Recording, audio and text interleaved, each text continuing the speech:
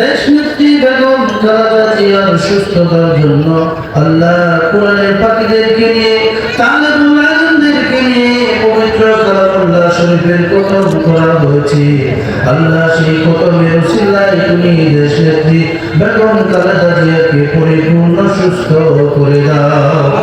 আজকের এই আয়োজনে উপস্থিত হয়েছেন আল্লাহ কিশোরগঞ্জ হোসেনপুরের নয়নের মণি মাজহারুল ইসলাম ভাই, যিনি বিএনপি থেকে মনোনয়ন পেয়েছেন, যেই উদ্যোগ নিয়েছেন ব্যারিস্টার আতিক ভাই।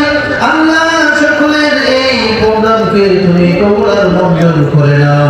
আজকের এই আয়োজন তুমি কবুল মঞ্জুর করে নাও। আল্লাহ বাংলার রাজা শহীদ প্রেসিডেন্ট জিয়াউর রহমান ইন্তেকাল করেছেন। আল্লাহ তুমি তাকে জান্নাতের সর্বোচ্চ মাকামে পৌঁছার ব্যবস্থা করে দাও।